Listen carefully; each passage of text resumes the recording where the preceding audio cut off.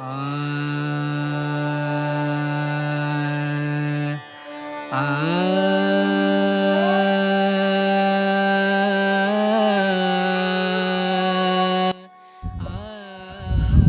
Back friends, मैं हूं vagabond Mac.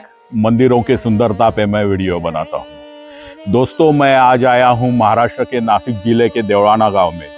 देवळाना गांव ये सुप्रसिद्ध है यहाँ के जोगेश्वर महादेव मंदिर के लिए। जोगेश्वर महादेव मंदिर को महाराष्ट्र का खजुराहो कहा जाता है। महाराष्ट्र का खजुराहो कहने के पीछे वजह यह है, जिस तरह से खजुराहो के मंदिरों में काम शिल्प हमें देखने के लिए मिलते हैं, वैसे ही काम शिल्प हमें यहाँ इस मंदिर में, जोगेश्वर महादेव मंदिर में देखने के लिए मिलते हैं। ये मंदिर समर्पित है भगवान शिव जी के लिए, महादेव जी के लिए। तो चलिए महादेव जी का दर्शन करते हैं, शिव जी का दर्शन करते हैं और इस मंदिर की सुंदरता को हम देखेंगे। इस मंदिर की विशेषता हम जानने की कोशिश करेंगे और वीडियो के आखिरी में हम ये जानेंगे कि आखिर हिंदू मंदिरों में ये काम शिल्प या जिसको हम मैथुन शिल्प बोलते हैं, ये होते क्यों है। तो आप वीडियो में बने रहिए इस वीडियो के अंत तक।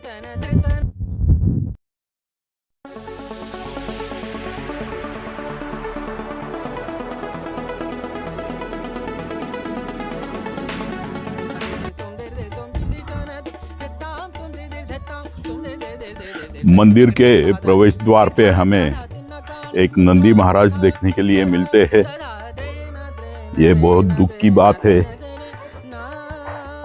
कि नंदी महाराज का सर टूटा हुआ है या तोड़ा गया है, लेकिन नंदी महाराज के शरीर पे बने हुए जो दाग दागिने हैं, उन्हें देख के हमें बहुत आश्चर्य होता है कि इतना अच्छा काम उस जमाने में उस वक्त के कारागिर किया करते थे। हमें नंदी के शरीर पे ये घंटों की माला दिखती है और यहाँ पे भी एक है। साथ ही में हमें नंदी महाराज के शरीर पे ये दोरखंड, जिसे रस्सी कहा जाता है, उसके भी निशान दिखते हैं और उससे वो शरीर को ये दाग दागिने बंधे हुए हैं। साथ में 2-3 नंदी और दिखते हैं जो पुराने हैं लेकिन आधे अधूरे हैं। मंदिर का प्रवेश द्वार, मंदिर के प्रवेश द्वार पे हमें मुखमंडप दिखता है। मुखमंडप का ये प्रवेश द्वार है। दोनों ओर हमें 2 मूर्तियां रखी हुई दिखती है। ये जो मूर्ति है, इसका चेहरा अभी क्षीण क्षतिग्रस्त हुआ है, लेकिन हाथ में हमें त्रिशूल दिखता है और मंदिर में ये जो मूर्ति है, ये मूर्ति के दाग दागिने हमें दिखते हैं। बहुत ही सुंदर ऐसी मूर्ति है। ऐसी ही एक मूर्ति हमें प्रवेश द्वार के दूसरे साइड को भी देखने के लिए मिलती है। वो मूर्ति हो सकता है शंकर जी की हो और ये मूर्ति विष्णु जी की हो। मुखमंडप के दीवारों पे हमें इस तरीके के चित्र दिखते हैं, जिसे हम सप्तमातृका कहते हैं। ये सप्तमातृका दोनों ओर हमें दिखते हैं। बहुत ही अद्भुत ऐसा ये दृश्य है और यहाँ का नक्शी काम देख के सही में दिल को बहुत खुशी मिलती है। प्रवेश द्वार पे हमें ये भारवाहक यक्ष दिखते हैं। आप उनकी कारागिरी को देख सकते हो, कितना सुंदर है। ऐसे मुखमंडप के लिए 4 खंबे यहाँ पे लगे हुए हैं। हर खंबे के ऊपर नक्शीकाम किया हुआ है। और भारवाहक हमें यहाँ पे देखने के लिए मिलते हैं।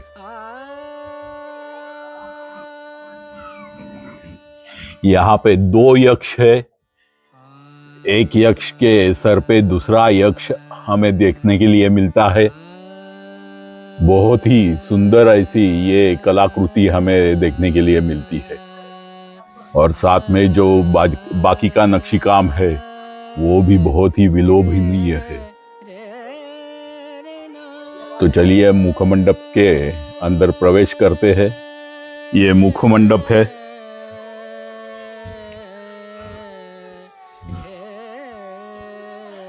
चार खंभों के ऊपर ये मुखमंडप यहाँ पे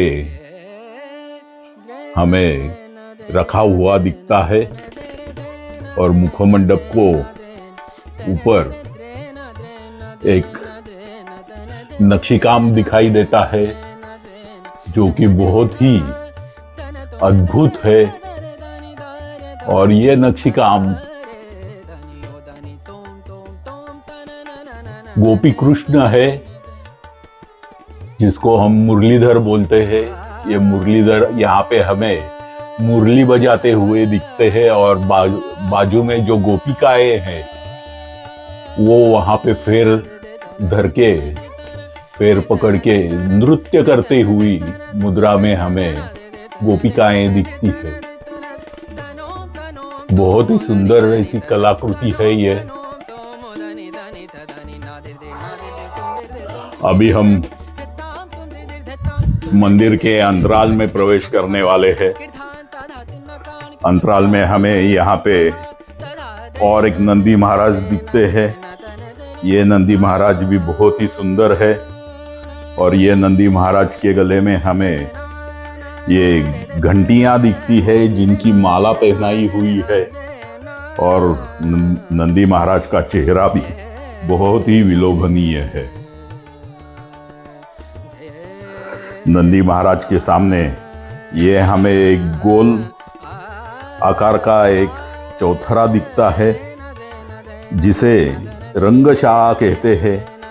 पुराने जमाने में इसी जगह पे खड़े होके या बैठ के जो कलाकार इस मंदिर में आते थे वो अपनी कला का प्रदर्शन किया करते थे।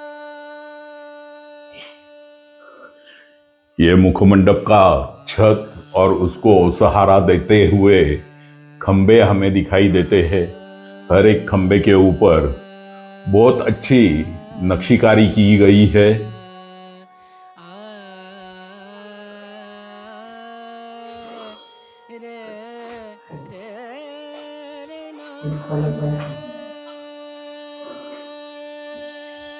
ये अंतराल का छत है, जिसे एक के ऊपर एक पत्थर रख के बनाया गया है। क्योंकि इस मंदिर की शैली, जिसे हम हेमाड़पंथी बोलते हैं या भूमिश शैली बोलते हैं, वैसे ये मंदिर है। अभी मैं आपको यहाँ का शिल्पकला दिखाने की कोशिश कर रहा हूँ। थोड़ा प्रकाश योजना का दिक्कत है, लेकिन हम नजदीक जाके एक खंबे का पूरा विवरण लेंगे। इस अंतराल के छत को सहारा देते हुए 8 खंबे हैं। हर एक खंबे के ऊपर बहुत अच्छी नक्शी किया हुआ है। ये शिल्पकला बहुत ही अलौकिक है। यक्ष, जिसे हम भारवाहक कहते हैं, वो हमें यहाँ दिखाई देते हैं। और ये पूरा खंबा है। यहाँ हमें दोनों साइड को 2 बंदर दिखाई देते हैं और बीच में कीर्तिमुख।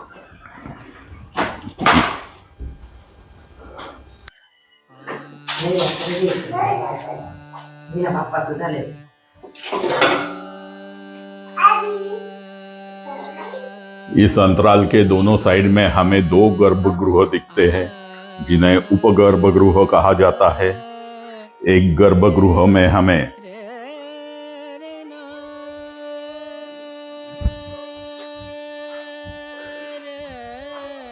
शंकर जी की मूर्ति दिखती है और उनके जंघा पे यहाँ पे बैठी हुई माँ पार्वती हमें दिखती है।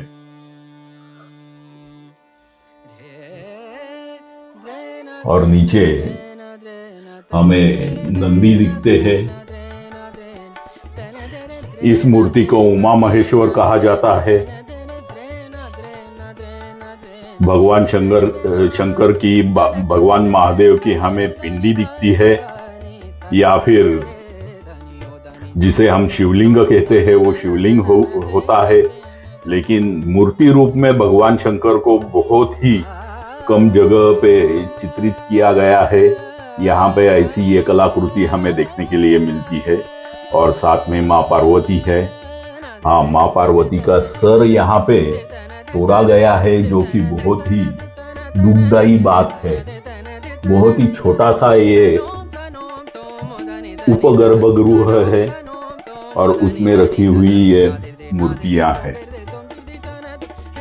गर्भगृह के बाहर भी नक्काशी की गई है, जो कि बहुत ही बढ़िया है। और बाहर वाहक हमें यहाँ पे हर खंबे के ऊपर दिखाई देते हैं। उपगर्भगृह के बाएं बाजू में ये और एक गर्भगृह है। इसमें रखी हुई मूर्तियां बहुत ही छिन्न विछिन्न अवस्था में हमें दिखती है। शायद ये विष्णु जी की मूर्ति रही होगी, लेकिन इनकी क्षति बहुत ही ज्यादा हुई है।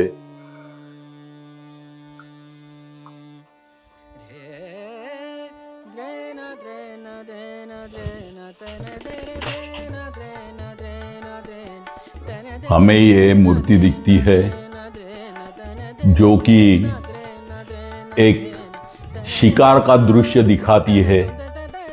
अश्व के ऊपर बैठा हुआ सवार, नीचे कोई प्राणी दिख रहा है। मुझे लगता है ये सुअर हो सकता है, जिसे अपने हाथ में जो हथियार है उससे मारने की कोशिश कर रहे। यहाँ पे और एक सूर सुंदरी की मूर्ति है जो कि बहुत ही सुंदर दिखती है।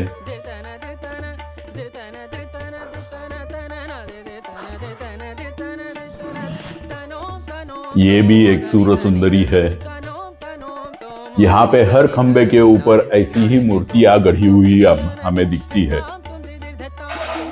यहाँ पे भी एक योद्धा या शिकारी है और नीचे एक प्राणी दिखता है। मुझे लगता है वो हाथी हो सकता है या हाथी का बच्चा हो सकता है। और अश्व के ऊपर आरूढ़ एक सवार हमें यहाँ पे दिखता है। ये एक और हाथी का मूर्ति है, साथ में एक सवार भी है। इसे हर खंबे के ऊपर एक अलग अलग मूर्तियां हमें दिखाई देती है।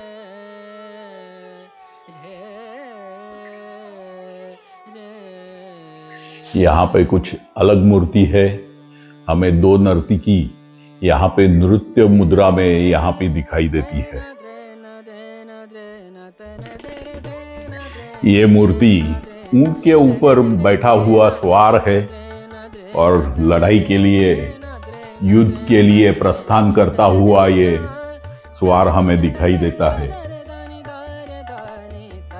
ऐसा ही और एक दृश्य यहाँ पे है।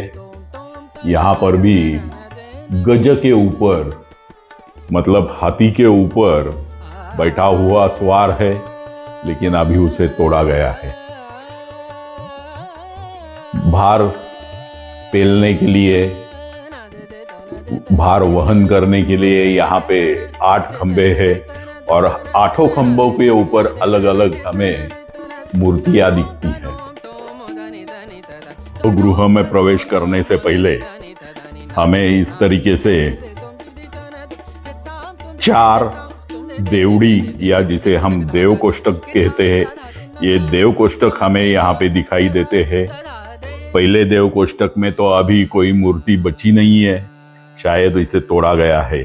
दूसरे देव कोष्टक में हमें यहाँ पे एक मूर्ति दिखाई देती है जो किसी देवता की हो सकती है। हाथ में हमें यहाँ तलवार दिखती है। मूर्ति के आभूषण हमें स्पष्ट रूप से दिखते हैं। नीचे शायद कोई हाथी होगा, उसका सर अभी टूटा हुआ है। मूर्ति को भी काफी भग्न किया गया है। ये देव कोष्टक के बाजू में हमें दो बंदर दिखते हैं जो हाथ में कोई आयुध लेके बैठे हैं।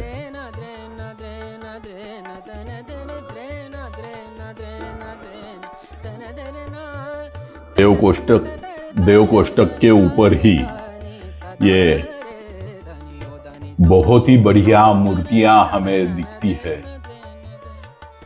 ये फिर से मुरलीधर की मूर्ति हो सकती है, बांसुर बजाते हुए श्री कृष्ण और साथ में दो गोपियां।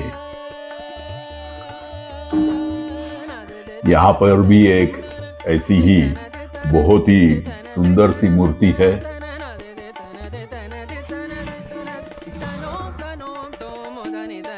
मूर्ति को पहचानना थोड़ा मुश्किल काम है क्योंकि उनकी बारीकियों के ऊपर ही इन मूर्तियों का चयन होता है, नाम निर्देश होता है। बहुत ही सुंदर मूर्ति है ये।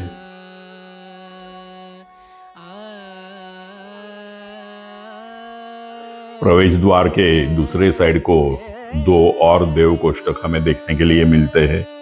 एक देव कोष्टक में साफ साफ समझ में आता है कि यहाँ पे श्री गजानन की मूर्ति रखी हुई है, उसे भी भग्न किया गया है, लेकिन मूर्ति बहुत ही सुंदर है। उसके ऊपर भी हमें बहुत अच्छी कलाकुसर किया हुआ दिखता है। अभी मंदिर को सपोर्ट करने के लिए, उसका भार सहने के लिए कुछ यहाँ पे स्टील का काम सरकार की तरफ से, गवर्नमेंट की तरफ से किया गया है। थोड़ा उसकी वजह से हमें सुंदरता देखने में अवरोध आता है, लेकिन ये भी जरूरी है, वरना ये मंदिर ढहने के लिए ज्यादा वक्त नहीं लेगा।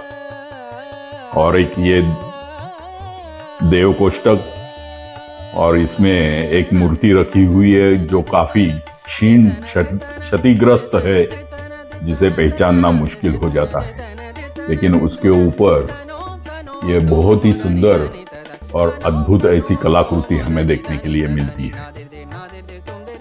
ये मंदिर कलाकृतियों के लिए एक खजीना है। यहाँ इस मंदिर की कलाकृतियां देखने दूर दूर से लोग आते हैं और बहुत ही सुंदर सा ये मंदिर है। इसकी विशेषताएं देखना और समझना हमारा सौभाग्य है।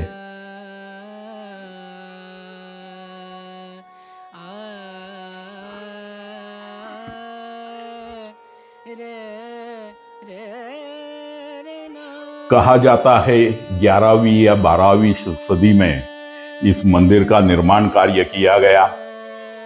देवगिरी के राजा रामदेव राय, जो कि ये यादव घराने से थे, उनका जो पंत प्रधान था, जिसे हम हेमाद्री पंत बोलते हैं, जिनके नाम से हेमाड़ पंथी ये शब्द आया, इस प्रधान ने ये मंदिरों के निर्माण किए हुए हैं। 11वीं या 12वीं सदी के दरमियान इन मंदिरों का निर्माण कार्य हुआ है और 13वीं 14वीं सदी में जब मुसलिम आक्रमणों ने इन मंदिरों का ध्वस्त किया, जब तक कि ये मंदिर अपनी सुंदरता की चरम सीमा पे थे। यहाँ पे हमें सप्त मातृका देखने के लिए मिलती है।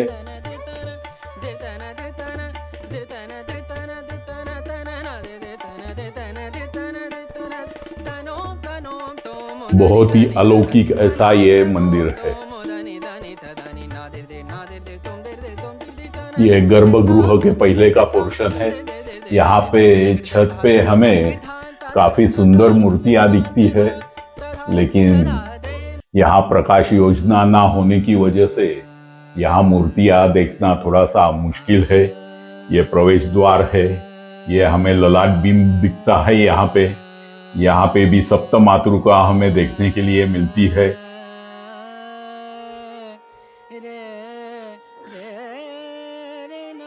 प्रवेश द्वार को 6-7 द्वार शाखाएं हमें दिखती है। हर एक द्वार शाखा का अभी हम नजदीक से परीक्षण करेंगे। ये 7 द्वार शाखाएं। पहली द्वार शाखा तो खंबे के रूप में है। दूसरी द्वार शाखा है, इसमें हमें व्याल शिल्प दिखते हैं। ये व्याल शिल्प की एक नक्शी यहाँ बनाई गई है। ये सारे व्याल शिल्प है जो ऊपर से नीचे तक हमें दिखते हैं। बीच में और एक द्वार शाखा है जिसके ऊपर कुछ नक्शी काम किया गया है। और ये एक खंबा है। इस खंबे की आप विशेषता देख सकते हो। ये खंबा 3 डायमेंशन पद्धति से बनाया गया है। आप देख सकते हो इसमें कोरीव काम, कातीव काम इतना बढ़िया है कि पत्थर के अंदर नक्शी काम किया गया है, वो भी बहुत ही बारीकी से। और ये एक द्वार शाखा है। जो द्वार शाखा यहाँ पे कुछ कलाकार हमें दिखते हैं। ये मृदंग बजाता हुआ कलाकार है। ये बांसुरी बजाता हुआ कलाकार है। ये कलाकार है जिसके हाथ में, जिसे हम टिपड़िया बोलते हैं, झांझ बोलते हैं, वो बजाता हुआ दिखता है। ये कलाकार के हाथ में कौन सा वाद्य है ये तो नहीं समझता, लेकिन बहुत ही सुंदर है। और इसके नीचे भी एक कलाकार की मूर्ति हमें दिखती है।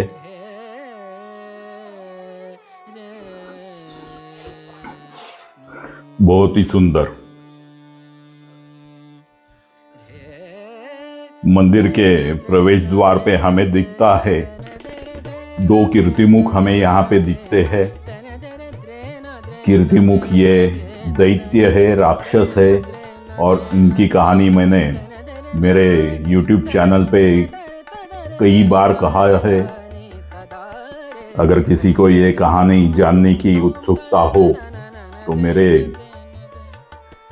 YouTube चैनल वैगाबॉन्ड मैक पे जाके आप इस कहानी को सुन सकते हैं।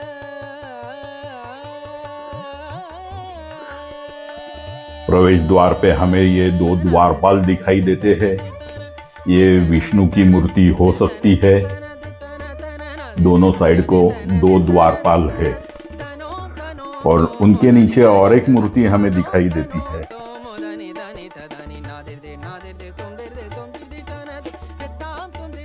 ये दोनों द्वार शाखाएं और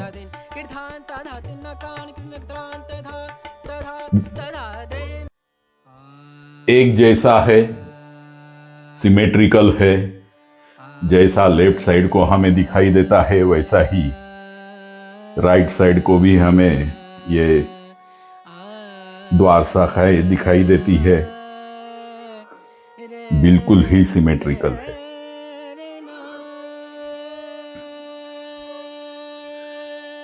अंतराल के छत पे हमें यह सुंदर सी मूर्तियां दिखाई देती है।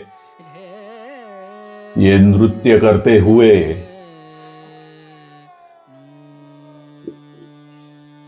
यक्ष हमें यहाँ पे दिखाई देते हैं। और ये मूर्तियां अपसाइड डाउन इस तरीके से यहाँ पे अंकित की गई है और बहुत ही सुंदर है।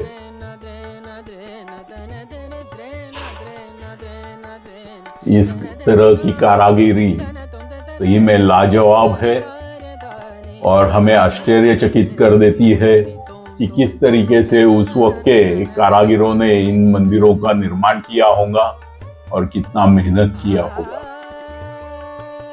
भगवान शंकर जी के दर्शन करने के लिए हमें गर्भगृह में नीचे जाना पड़ता है। नीचे बहुत ही अलौकिक ऐसी हमें शिव जी की पिंडी दिखती है, शिवलिंग दिखता है, जिसके ऊपर एक नागराज स्थापित किए हुए हैं और शिव जी पे ये संततधार हमें यहाँ पे देखने के लिए मिलती है।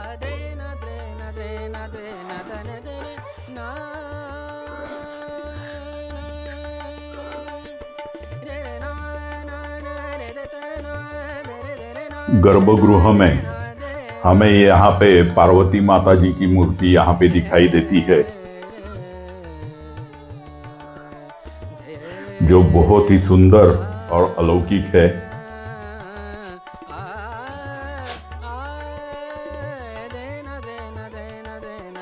यहाँ पे एक देव कोष्ठक बनाया गया है, जिसके अंदर इस मूर्ति को स्थापित किया गया है। ये बहुत ही सुंदर है। पार्वती माता का उमा रूप यहाँ पे दिखाई देता है। गर्भगृह में भी हमें यहाँ पे कुछ मूर्तियां दिखाई देती है, लेकिन यहाँ प्रकाश योजना कुछ उल्टी दिशा में है, तो उसका चित्रीकरण करना थोड़ा सा मुश्किल है। लेकिन हमें भारवाहक यहाँ जरूर दिखाई देते हैं। बहुत ही सुंदर ऐसा ये गर्भगृह, बहुत ही सुंदर ऐसी मूर्तियां और बहुत ही सुंदर ऐसी ये शिव पिंडी। मंदिरों के बाहरी दीवारों पे भी बहुत अच्छी कलाकृतियां हैं।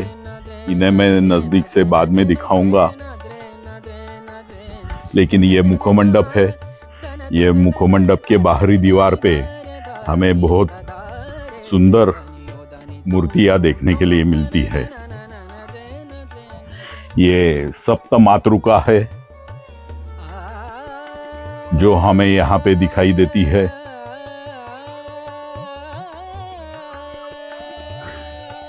नृत्य वादन क्रिया में ये सप्त मातृकाएं विलोभनीय दिखती है। बहुत सा सुंदर सा ऐसा ये दृश्य हमें यहाँ पे दिखाई देता है। इसके ऊपर हमें मैथुन शिल्प दिखाई देते हैं, जिनके बारे में मैं थोड़ी देर में आपको विस्तार से बताऊंगा। इस मंदिर के बाहरी दीवार पर भी हमें नक्शीकाम किया हुआ दिखाई देता है। बहुत ही सुंदर सा ये नक्शीकाम है। यहाँ जगह जगह पे हमें कीर्तिमुख दिखाई देते हैं, जिन्हें नक्काशी के तौर पे यहाँ पे गढ़ा गया है। बहुत ही बारीकी कारागिरी यहाँ पे हमें दिखाई देती है। आप देख सकते हो छत के कोने में यहाँ पे अलग अलग प्रकार की मूर्तियां रखी हुई दिखती है, जो कि यक्षिणी हो सकती है, सूर सुंदरी है। हर एक दीवार के कोने में हमें इस तरीके के मूर्तियां दिखाई देती है। बहुत ही सुंदर, बहुत ही विलोभनीय। बाहरी दीवार पे मुखमंडप को छोड़ के बाकी जगह पे बहुत ज्यादा कारागिरी हमें नहीं दिखाई देती, लेकिन जो किया हुआ है वो भी सुंदर है और हमें समझ में आता है कि एक के ऊपर एक पत्थर रखकर इन कारागिरियों का निर्माण किया जाता है। ये हम मंदिर के पिछले साइड में हम आ चुके हैं और यहाँ पे हमें एक मकरमुख देखने के लिए मिलता है जो बहुत ही अलौकिक है और इसके ऊपर जो कारागिरी की है वो भी बहुत सुंदर है।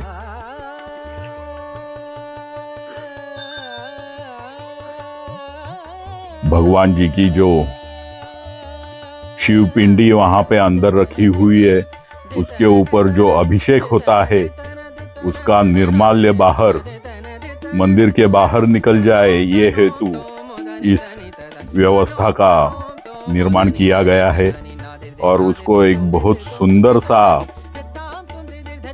चेहरा दिया गया है। वो एक मगर का है, इसलिए उसे मकरमुख ऐसा कहा जाता है। बहुत ही सुंदर कारागिरी है।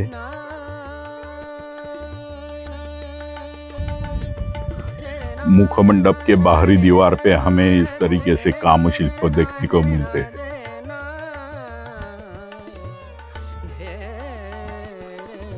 इन्हें मैं आपको नजदीक से दिखा नहीं सकता हूं क्योंकि जो यूट्यूब की कम्युनिटी गाइडलाइन है इसके खिलाफ ये जाएगा, तो हो सकता है मेरा ये वीडियो यूट्यूब ब्लॉक कर दे या फिर मेरा चैनल बंद कर दे, बैन कर दे। इसलिए बहुत नजदीक से मैं आपको ये कलाकृतियां नहीं दिखा सकता हूं, लेकिन हम इस बात की चर्चा जरूर करेंगे कि आखिर मंदिरों में ये काम शिल्प होते क्यों है।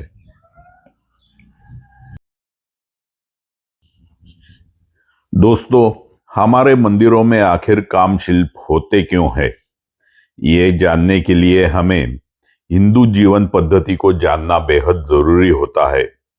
हिंदू जीवन पद्धति के गृहस्थाश्रम का महत्व दर्शाने के लिए मंदिरों में काम शिल्प होते थे।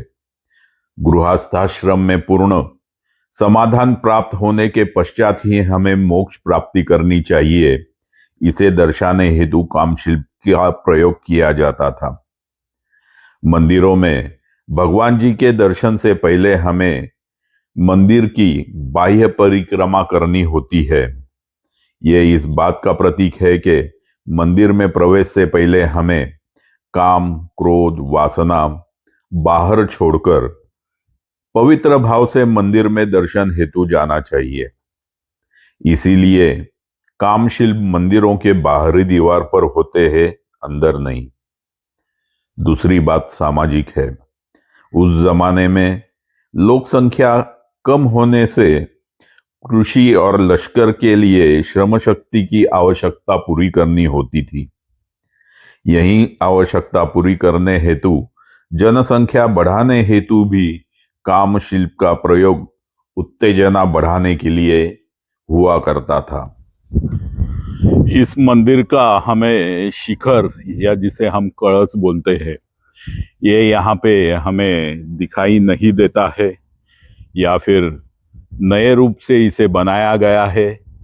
ब्रिटिश गैजेटर में इसका उल्लेख हमें मिलता है। 1900 सदी के शुरुआत में किसी धनवान व्यक्ति ने इस मंदिर के ऊपर ये शिखर का निर्माण किया है, जो कि अभी नया कलर इसे दिया गया है। ये दोनों नया और पुराने का एक संगम यहाँ पे दिखाई देता है। लेकिन इस बात का अगर हम चर्चा करें या फिर सोचे कि इस मंदिर में अगर पुराना हेमाडपंथी शैली का अगर हमें शिखर या जिसे विमान कहा जाता है या कलश कहा जाता है, ये अगर या इस मंदिर पे रहता तो कितना सुंदर दिखता। चलिए, कुछ तो किया गया है, लेकिन इसका पुनर्निर्माण होके अगर हम कोशिश करेंगे कि इसको नया रूप दे, लेकिन पुराना उसका जो ढांचा है, जो नक्शीकारी है, जो कला है, उसे उसी तरीके से प्रोटेक्ट करके हम इसे नया रूप देने की कोशिश करें तो बहुत बढ़िया होगा। इसलिए मेरी विनती है कि ये वीडियो को आप ज़्यादा से ज़्यादा लोगों तक पहुंचाए ताकि इस मंदिर में कुछ नया काम हो सके। दोस्तों, क्या आपको यह वीडियो पसंद आया? वीडियो पसंद आया हो तो लाइक और शेयर ज़रूर करना। ऐसे ही इंफॉर्मेटिव वीडियो देखने के लिए इस चैनल को सब्सक्राइब करना। फिर मिलेंगे ऐसे ही नए मंदिर की खोज में, नए मंदिर की विशेषता जानते हुए। तब तक के लिए अपना ख्याल रखिए। Take care and good bye.